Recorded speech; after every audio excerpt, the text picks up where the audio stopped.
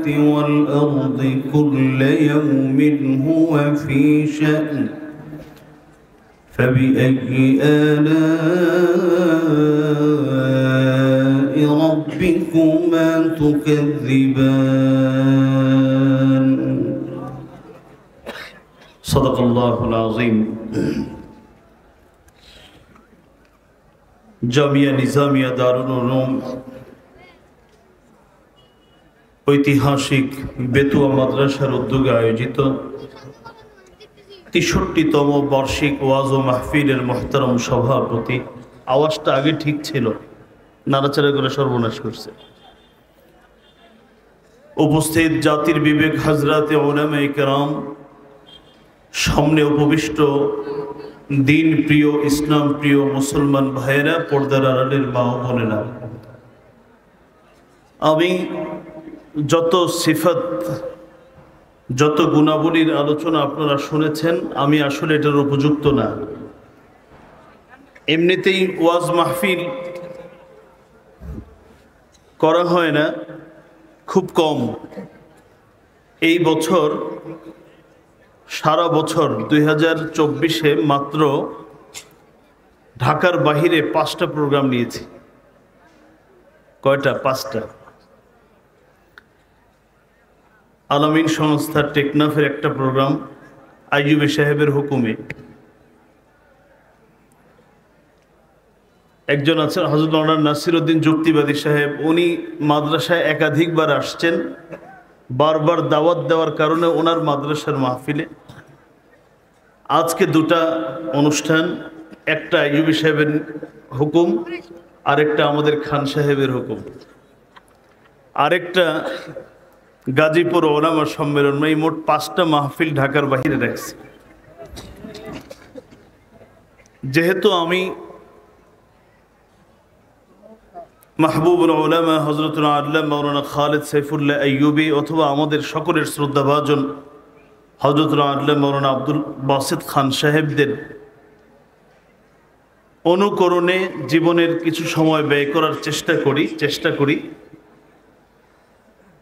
তারা কোনো হুকুম দিলে ছাত্রের জন্য উস্তাদের হুকুম যেমন তামিরে এরশাদ করা, পালন করা, এটা আবশ্যক হয়ে যায়, আমি নিজের জন্য ঠিক ওরকম আবশ্যক মনে করি। আমি এখনও নিজেকে ছাত্র মনে করি এবং আলহামদুলিল্লাহ আমি নিজে একজন ছাত্র। প্রতি বৃহস্পতিবার আমি পড়ালেখা করি। দীর্ঘ মোটামুটি প্রায় 15 বছর জুমার রাত্রিতে ঢাকার বাহিরে যাই না। আজকেই প্রথম জুমার রাত্রিতে ঢাকার বাহিরে। আসলে আমার এই টাইমটা পড়ালেখার টাইম ছিল। যাই হোক, রব যেহেতু আমাকে তৌফিক করে দিয়েছেন, বিশেষ করে আমার এই বেতুয়া মাদ্রাসায় আসার এমনিতেই আগ্রহ ছিল। হযরতুল আল্লামা মাওলানা আব্দুল বাসিত খান সাহেব যেই মাদ্রাসার মুহতামিম, ওই মাদ্রাসায় যদি না যাই তাহলে এটা কবিরা গুনাহ শামিল হবে। এমনিতে আসার আগ্রহ ছিল, কাকতালীয়ভাবে মাহফিলের দাওয়াত চলে এসেছি। আমি আপনাদের সম্মুখে কুরআনুল কারীম অত্যন্ত পরিচিত সূরাতুর রহমান এর 29 এবং 30 দুটো আয়াত তেলাওয়াত করেছি। একটি বিষয় নিয়ে কথা বলার এরাদা ছিল, কিন্তু হযরত বলছেন তেলাওয়াত ছাত্র করবে, তাফসির উস্তাদ করবে। পড়লাম না বিপদে। ছাত্র তেলাওয়াত কোত্থেকে করবে উস্তাদ জানি না, আবার হুজুর যে বলবেন যে তাফসির ওখান থেকে হবে সেটাও আমি জানি না। কিন্তু যখন বলেই ফেললেন তখন তাড়াতাড়ি দেখলাম এর মধ্যে কি আছে, কোন জায়গা থেকে কিছু বলা যায়। আল্লাহর উপর ভরসা করে সূরাতুর রহমানের 29 এবং 30 দুটো আয়াত তেলাওয়াত করেছি। আমার মালিক যদি তৌফিক দান করেন তাহলে এই আয়াত দুটোকে সামনে রেখে সামান্য কিছু কথা আমি আপনাদের খিদমতে পেশ করার চেষ্টা করব। আসুন আমরা সকলেই দোয়া করি আল্লাহ যেন উপকারী কথা ইখলাসের সাথে আমাকে বলার, আপনাদেরকেও কথাগুলো আমলের নিয়তে শোনার তৌফিক দান করেন, আমিন। মহাব্বতের সাথে পড়েন আমিন। আমি আপনাদের খেদমতে আজকে কিছু কথা বলবো দোয়া সম্পর্কিত। কি সম্পর্কিত? সবাই বলেন না দোয়া। দোয়া বর্তমান সময়ে রাসূলুল্লাহ সাল্লাল্লাহু আলাইহি ওয়াসাল্লামের যতগুলো অবহেলিত সুন্নাহ আছে এর মধ্যে একটি অবহেলিত সুন্নাহর নাম হলো দোয়া। আমাদের সমাজে এক শ্রেণীর মানুষ আছেন যারা সারাদিন বলতে থাকে এটা শিরক, এটা বেদাত, এটা সহি না। এরকম একটা কাফেলা আমাদের সমাজে আছে কি নাই? যেই লোক নামাজ পড়ে না ওই লোককে নিয়ে তার মাথা ব্যথা নেই, যেই লোক ঈমান গ্রহণ করে নেই ওই লোককে নিয়ে মাথা ব্যথা নেই, যেই লোক হানাফি মাযহাবের ফলোয়ার, যে ব্যক্তি ইমামে আবু হানিফার ব্যাখ্যায় কোরআন হাদিসের আমল করে ওই লোকটা নিয়ে তার মাথা ব্যথা। তারা দোয়ার প্রতি বর্তমান যুব সমাজকে এতটাই তিক্ত করেছে যে এখন বর্তমান যুব সমাজ দোয়াটা যে একটা ইবাদত, দোয়া যে এটা কোনো স্বাভাবিক কিছু নয়, এই বিষয়টা বর্তমান যুব সমাজ ভুলে গেছে। অথচ হযরত নু'মান ইবনে বাশীর রাদিয়াল্লাহু তাআলা আনহু থেকে বর্ণিত আল্লাহর রাসূলের হাদিস, নবী পাক বলেন, ইন্নাদ দুআ হুয়াল ইবাদাহ, নামাজ যেমন ইবাদত, সাদাকা যেমন ইবাদত, ঠিক তদ্রূপ নবীজি বলেন আরেকটি ইবাদত হলো দোয়া।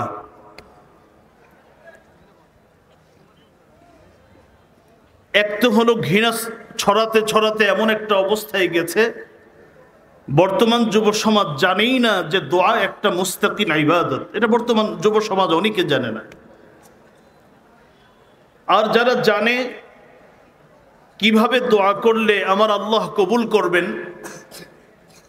কিভাবে দোয়া করলে এই দোয়া আমার আল্লাহ রাব্বুল আলামিন সঙ্গে সঙ্গে সাড়া দিবেন, এই বিষয়গুলোর প্রতি তারা যথেষ্ট গাফিল। এই জন্য এক শ্রেণী দোয়ার প্রতি অনীহা, আরেক শ্রেণী দোয়া করে কিন্তু দোয়াটা যে ইবাদত, যে কোনো ইবাদত একটা নির্ধারিত তরিকায় করতে হয়, মুসলমান জানে না যে আমি কিভাবে দোয়া করলে আমার দোয়াটা আমার মালিক শুনবেন। মুহতারাম হাজিরিন, আপনাদেরকে সহিহ মুসলিমের একটা হাদিস দিয়ে আমার আলোচনা শুরু করছি। আল্লাহর রাসূল বলেন, মুমিন যদি আল্লাহর কাছে কোনো কিছু চায় এবং মুমিন যদি তার চাওয়াটা আল্লাহর কাছে কবুল করাতে পারে, যেভাবে দোয়া করার নিয়ম সেইভাবে যদি দোয়া করতে পারে, তাহলে আল্লাহ রাব্বুল আলামিন অবশ্যই অবশ্যই তার দোয়া কবুল করবেন। তবে দেওয়ার ক্ষেত্রে আমার আল্লাহ রাব্বুল আলামিন তিনটা পদ্ধতি অবলম্বন করেন। আবারও বলছি, ভালো করে মনোযোগ দিয়ে শোনেন। কোনো মুমিন যদি দোয়া সঠিক তরিকায় করতে পারে তাহলে সেই দোয়া আল্লাহর কাছে কবুল হবেই হবে। তবে দোয়া কবুল করার পরে আমার আল্লাহ রাব্বুল আলামিন দেওয়ার ক্ষেত্রে, দোয়ার প্রতিদান দেওয়ার ক্ষেত্রে তিনটা পদ্ধতি অবলম্বন করেন। কয়টা পদ্ধতি? এক নাম্বার, বান্দা দোয়া করেছে, আল্লাহ ও মালিক আমি অভাবী, তুমি আমার অভাব দূর করে দাও। আমার চাকরি নাই, আমার চাকরি দাও। বান্দা দোয়া করেছে অভাব দূর করার।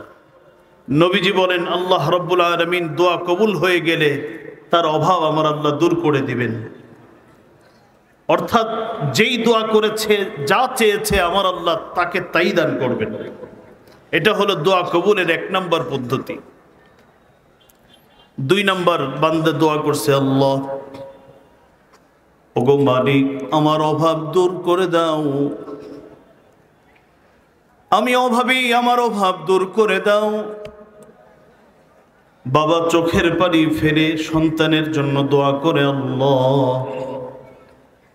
আমার সন্তানের একটা চাকরির ব্যবস্থা করে দাও। অভাব দূর করার দোয়া করেছে, কিন্তু আমার আল্লাহ রাব্বুল আলামিন তার অভাব দূর করে নাই। মৃত্যু পর্যন্ত তার অভাব দূর হবে না, কিন্তু এমন কিছু তার হওয়ার সম্ভাবনা ছিল, তার ক্যান্সার হওয়ার সম্ভাবনা ছিল, কিডনি রোগে আক্রান্ত হওয়ার সম্ভাবনা ছিল। মালিক অভাব দূর করবেন না বটে, কিন্তু তাকে ক্যান্সার থেকে হেফাজত করবেন। অথচ বান্দা জানেই না যে আল্লাহ রাব্বুল আলামিন তাকে ক্যান্সার থেকে সুস্থ করে দিচ্ছেন। চাইছে অভাব দূর করে দাও, আল্লাহ কয় অভাব দূর করে চাকরি চাইছস, 15,000 টাকা বেতনের চাকরি, পরিবার চালানোর পরে 2,000ও টিকবে না, তো বছরে 24,000 টিকবে, 10 বছরে কয় টাকা হবে তোমার? 3 লাখ টাকাও হবে না। বরং তোমার তো ক্যান্সার হওয়ার কথা, আমি আল্লাহ রাব্বুল আলামিন দোয়ার বদৌলতে তোমাকে ক্যান্সার থেকে হেফাজত করলাম। যেটা তুমি কোটি টাকা দিয়েও যেই ক্যান্সার থেকে তুমি পরিপূর্ণ সুস্থতা লাভ করতে পারতে না। দোয়া কবুলের 2 নম্বর পদ্ধতি, সহিহ মুসলিমের হাদিস। 3 নম্বর পদ্ধতি হলো, বান্দা আল্লাহর কাছে অভাব মুক্তির দোয়া চেয়েছে, আল্লাহ আমার অভাব দূর করে দাও। আল্লাহ দুনিয়াতে অভাব দূর করেন নেই, অথবা এর থেকে প্রয়োজনীয় কিছু পূরণও করেন নেই। এক কথায় তাকে দুনিয়াতে আল্লাহ দেন নেই। কাল কিয়ামতের ময়দানে যখন তার বিচার হবে এবং বিচারের এক পর্যায়ে তাকে জাহান্নামী ঘোষণা দেওয়া হবে, ওই লোকটা জাহান্নামী ঘোষণা শোনার পরে অপদস্থ লাঞ্ছিত হয়ে জাহান্নামের দিকে অগ্রসর হতে শুরু করবে। ঠিক ওই মুহূর্তে পিছন থেকে আমার মালিক ডাক দিয়ে বলবে, বান্দারে থাম, তোকে জান্নাত জাহান্নামে যাওয়া লাগবে না, তোর জন্য আমি আল্লাহ জান্নাত দান করলাম।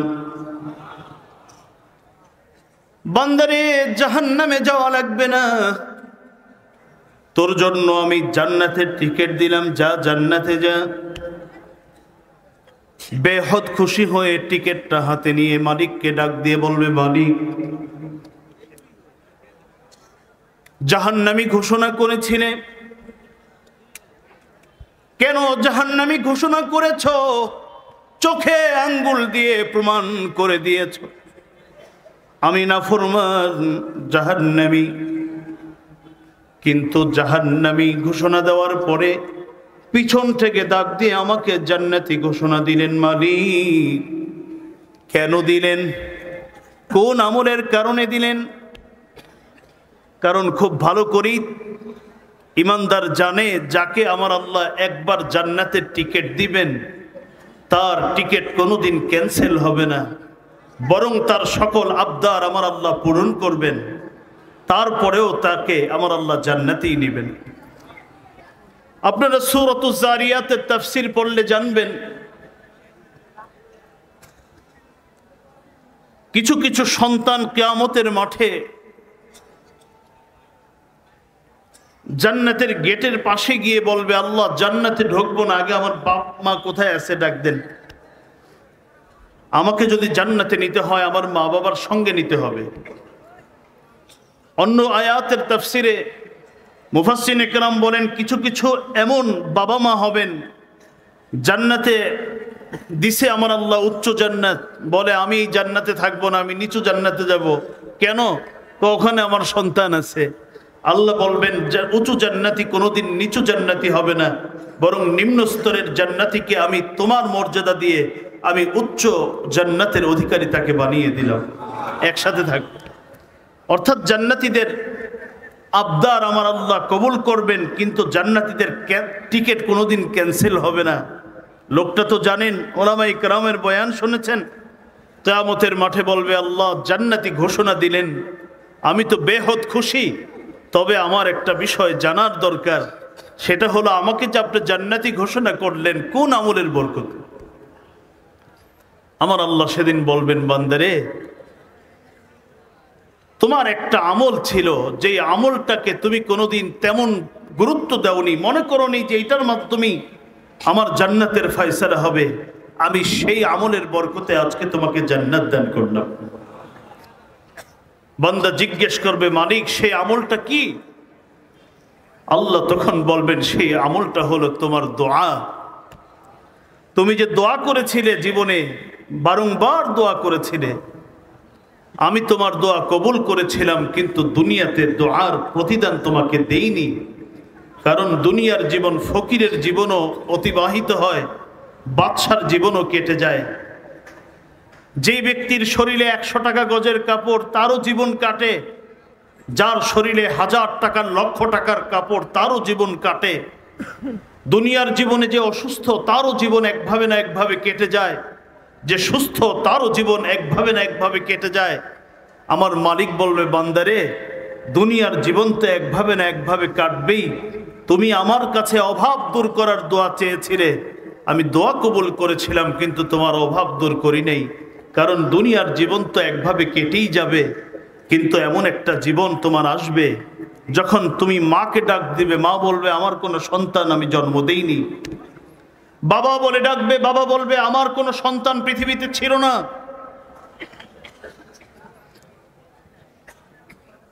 সন্তান বাবাকে, বাবা সন্তানকে ডাকবে, সন্তান বলবে, আমার তো এরকম নামে কোনো বাবা ছিল না।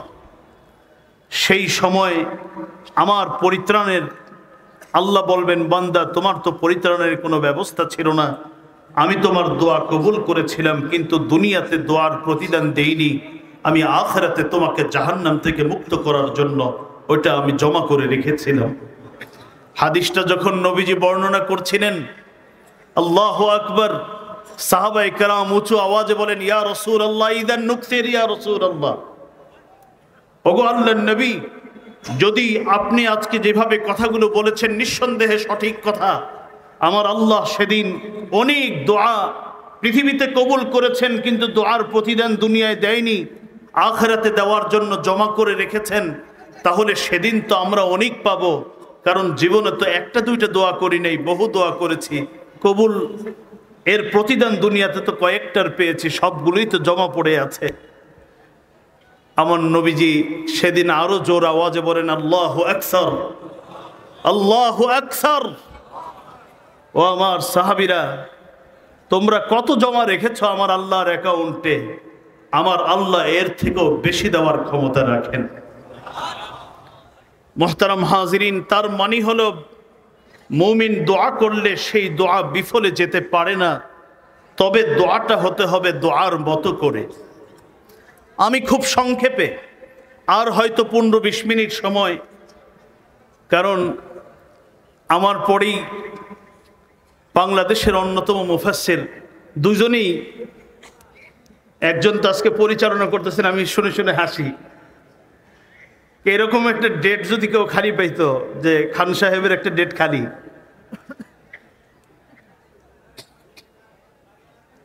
আর আমার পরে যিনি আসবেন, মাহবুবুল উলামা সুলতানুল ওয়াইজিন হযরতুল আল্লামা মাওলানা খালিদ সাইফুল্লাহ ইউবি সাহেব, ওনার দেখলেই মানুষ বসে থাকে। আমি ছোটবেলায়